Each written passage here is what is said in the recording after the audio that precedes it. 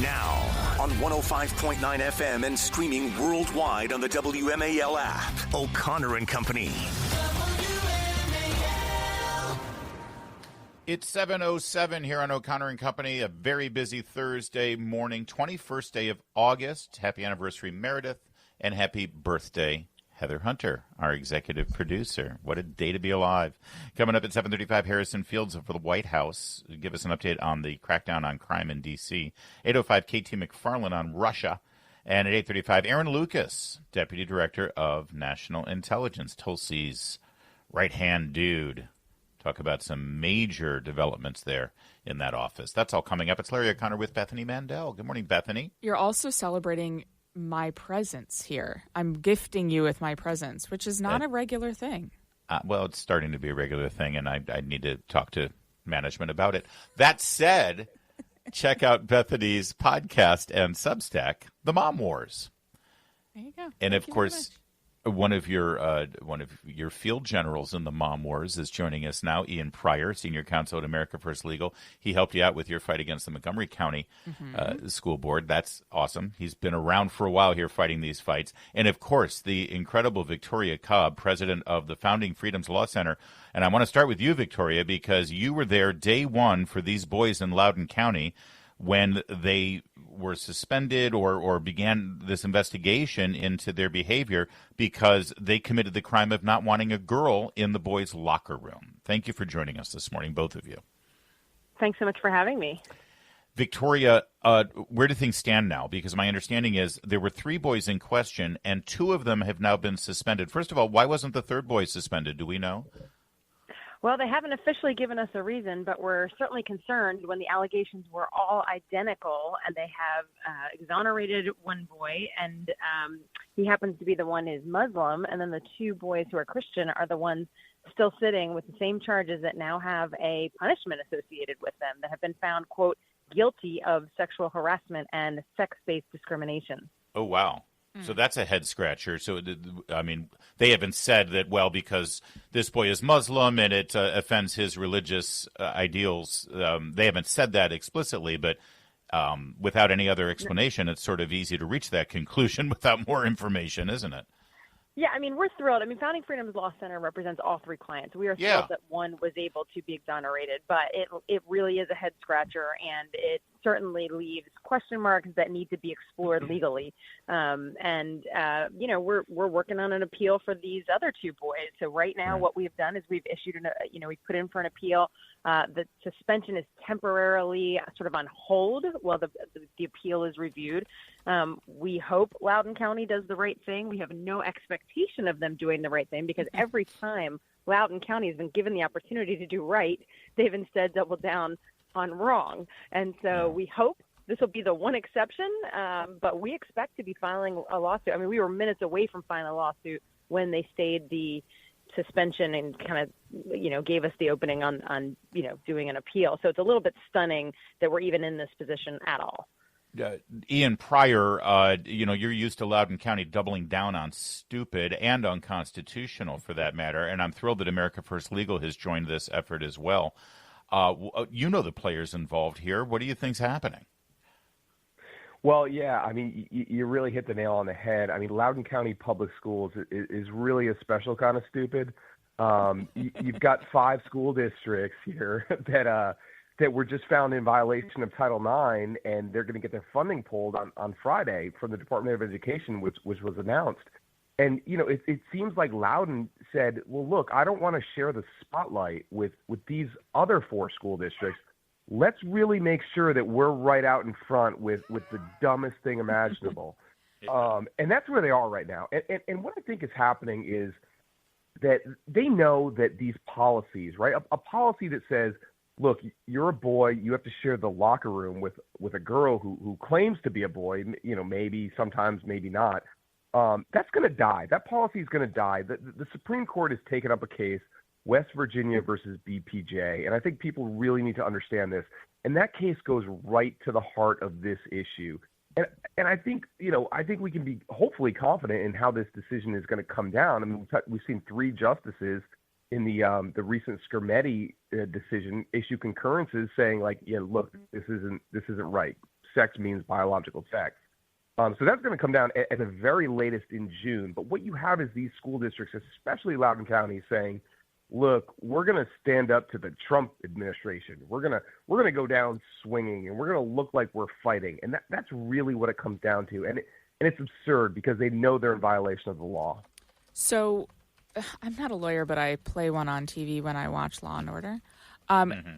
Does the fact that they are letting it sort of slide for the Muslim student, but still going after the Christian students, are they opening themselves up to even more legal fights with Title VI? Have they opened yet another can of worms here? Our law center would say, yes, that's something that needs to be explored because there just is not enough of a difference in fact set for these students. They ought to be equal. Students need to be treated alike. If the allegations and specifically what was in the letter that exonerated the one student says that if all of these allegations were proven true, it still wouldn't amount to sexual harassment. So they said that was the case in the one boy, but yet oddly that's not the case in the other two. And then they added a charge to the other two, which is sex-based discrimination. And so we really find ourselves wondering what they could have possibly been thinking. And at that rate we're looking at something.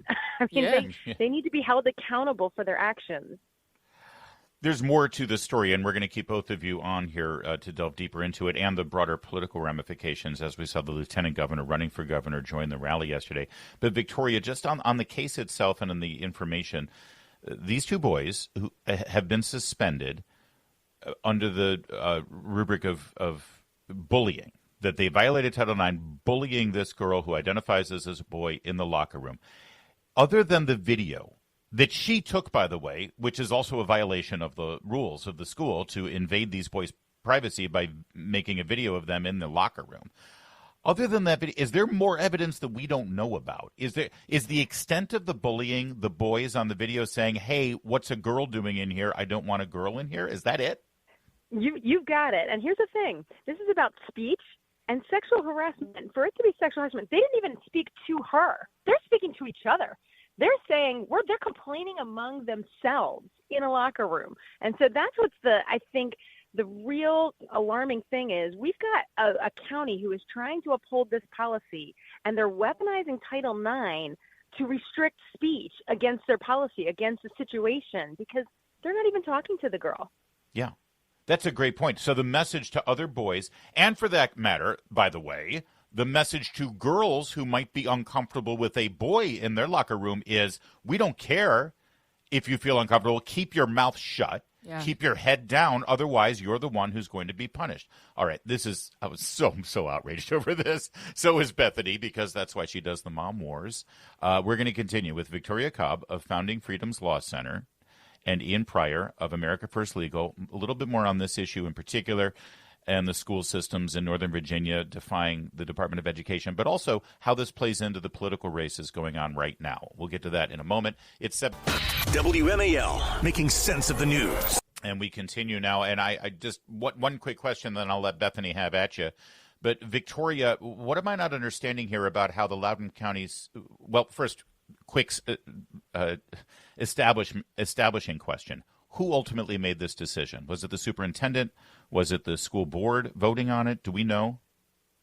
Yeah, it's the Loudoun County administration, but there is this Title IX coordinator that investigates. They do a full-blown investigation, and they that investigation is what ultimately deems them guilty. And I want to mention another piece of the punishment, because I think it has to be noted here. There's a suspension, but there's also develop a plan of correction with the administration, which we obviously, our attorneys are going to be guarding against any kind of, we'll call it indoctrination that's going to take place. Like, okay, now here's how you have to believe according to our policies. That sounds so Maoist. God. So what am I missing here? The Title IX coordinator has determined that this is a Title IX violation. And yet my understanding of Title IX, especially under President Trump's executive orders and the way the Justice Department and the Department of Education are now enforcing Title IX, is that the violation of Title IX was allowing a biological female into the boys' locker room in the first place. So, and the boys countered with a Title IX claim against the girl, and those were dismissed. All right. Go ahead, Bethany. You got to chuckle, otherwise you'll pull your hair out, and I don't want to do that, God knows. So y'all had a joint press conference between America First Legal and Founding Freedoms Law Center outside the high school. So as a mom, I'm just wondering, school is starting in like a day or two. Are these kids allowed to go to school? Like, how is this impacting their education going into the school year? Yeah, that's a great question. So there's obviously you have to exhaust administrative remedies, which is something that we did that was done where there's a internal process, right? So as was mentioned in the press conference, we're pretty much ready to file a federal lawsuit, but we took advantage of their appeal process, and as Victoria mentioned, we're confident that we're hopeful that they'll do the right thing, but we're not confident that they will. But in the meantime, the suspension is essentially held in abeyance while it's appealed under their Title IX process. One of the things, though, that I think is extremely interesting is 4 years ago, we're in a similar situation, not a similar situation, but a situation at Stonebridge High School, okay, the same school. And there's a sexual assault in a bathroom at Stonebridge. I think everybody remembers this. They did not do a Title IX investigation. Okay? Think about that. They did not do a Title IX investigation after a sexual assault in a bathroom. But then they do a Title IX investigation after boys express discomfort with a female in their locker room. That is how insane this school district is. And we talk about Title IX. Title IX is designed to create private spaces in locker rooms, in bathrooms, for females or for males. That is what Title IX is. 1972, right? That is when it was created.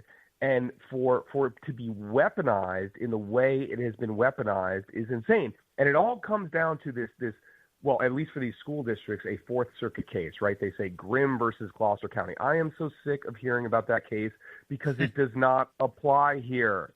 The Grimm case, to the extent it lives for the next 10 months, has nothing to do with locker rooms. And for Loudoun County Public Schools and the other public schools in Northern Virginia to keep saying that, they are gaslighting people. And people need to understand that decision does not apply in these situations. That's Ian Pryor, America First Legal. America First Legal has now joined this case for the boys that was originally began by Founding Freedoms Law Center, and you two are powerhouse advocates. I love it. This is a great combo.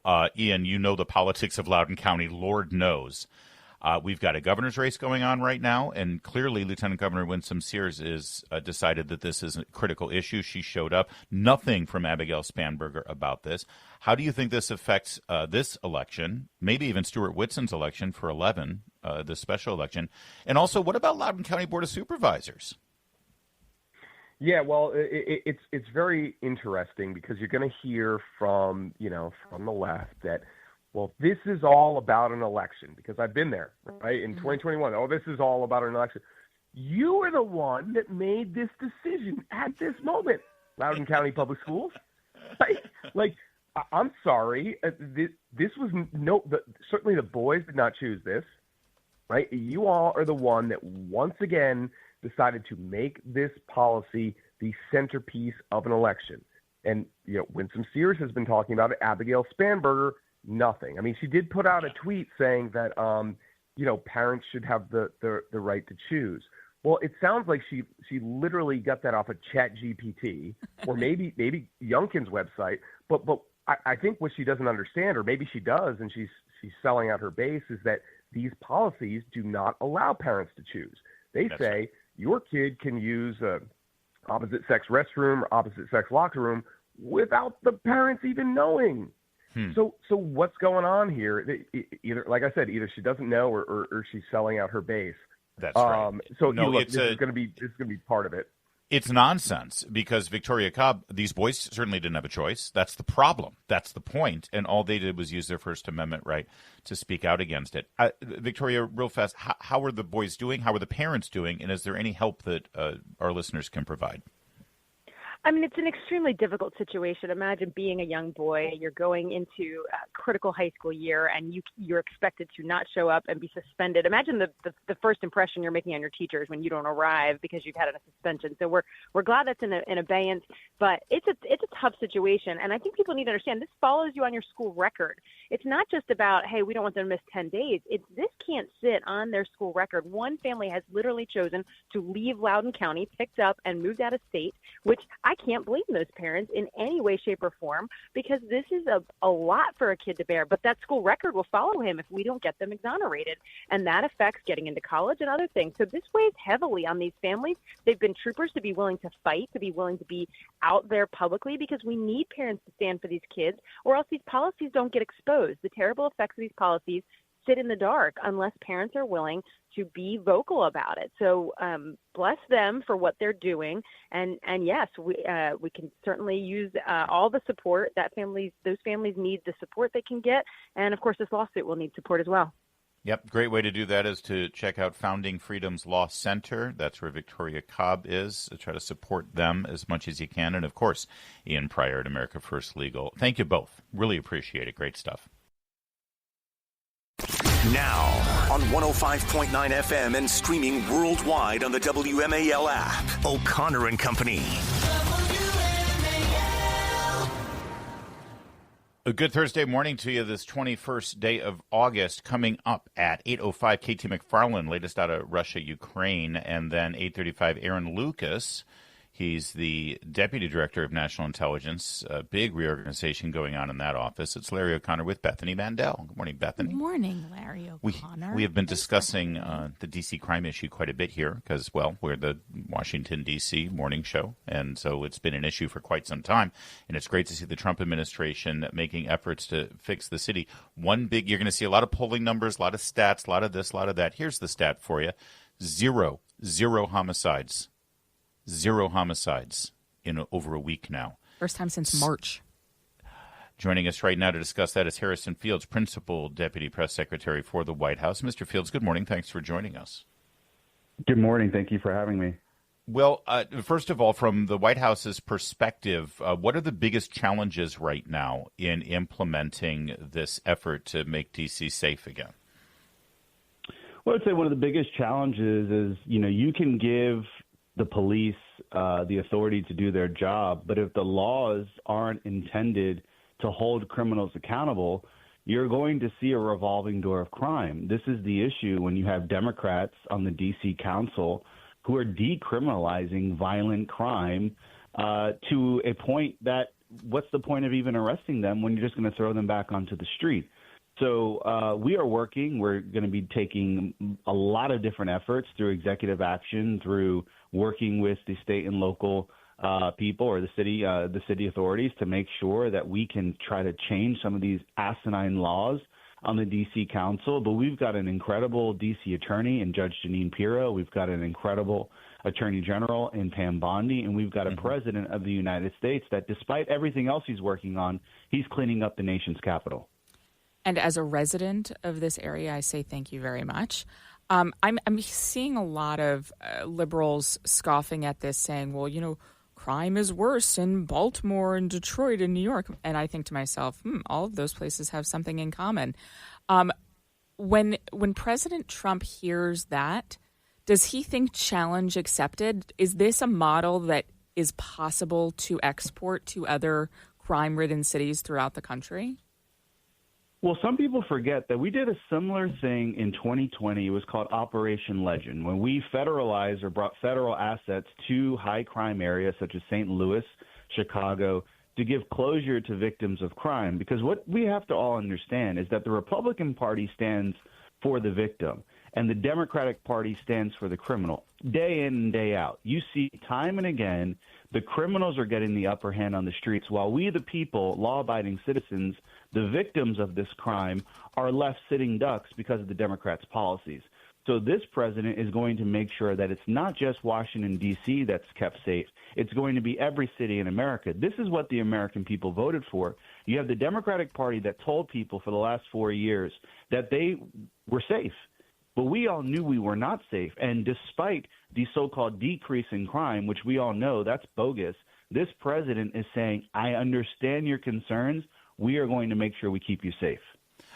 We're speaking with Harrison Fields from the White House, Principal Deputy Press Secretary. Thank you very much.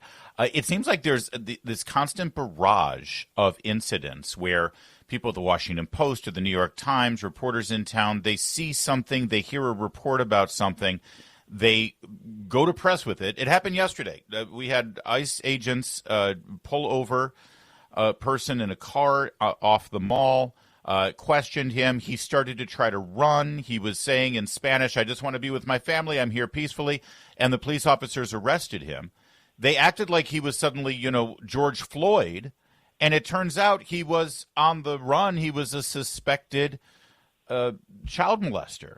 But the media, are people reaching out to the White House saying, can you give us information about this? Or it seems like they're just leaping to conclusions every single time and always framing it that the cops are bad and wrong and doing something horrific. Well, they're so stuck in their ways that a lot of these idiot reporters left their tweets up. They left their ex post up defending this man, despite DHS, Tricia coming out saying, this is who this man is. And you want to defend him? You want to give him some type of a due process or, sing a swan song for him? It's absolutely insane what they're doing, but we shouldn't be surprised. What do they do with Abrego Garcia? What do they do with countless other illegal immigrants that have been accused of heinous crimes? They defend them more than they defend the American people. Do y'all reach out to the editors, though, and the bosses and say, guys, we can give you the information about this instead of rushing out and sort of making all these wild accusations or framing the story as if something nefarious is happening. Just give us a heads up, right? I mean, they do answer to somebody, don't they? Yeah, I don't know. These days, who knows who they actually answer to? They are just peddling their own little fallacy. It's absolutely insane. But we're the most transparent press office they probably ever dealt with. Every morning, we send them a very detailed on-background report of all the arrests. So about 8 a.m. this morning, almost every reporter that engages with the White House will get this report. If you guys want it, we'll make sure we get it. Yeah, get us on that list. Who we arrested. You know our email addresses, Harrison. Send us on that list. Get us on. All right. Definitely. So who got arrested? Who are these people? And they have the answers for a lot of the people. And then if anyone's running from the cops, that's usually not a good sign. So you should immediately pause and say, do I want to defend someone who's trying to run away from getting in trouble? It's absolutely insane. Real fast, Harrison, can you also give us an update on, and we know that a lot of these homeless encampments, criminal vagrants have been cleared out. Which shelters are these people sent to? Do we know? Yes, so there is going to be a plan. I don't want to get ahead of the announcement. You may or may not be hearing about it today or by the end of the week, but there will be a plan to take these people off the street. Many of them have fell on hard times. Many of them have mental health issues. Some are homeless by choice. But regardless of the circumstance, we want to make sure that we can first clean up the streets, give people safety and a feeling of safety back in their communities. But we want to help out, those that are in need. So there will be a plan to move these individuals either throughout the district or to a neighboring state, probably to the north. And we will make sure we clean up the city. Send them to Maryland is what you're saying. Great. Thanks a lot. Some of us live in Maryland. Harrison, thank you for that.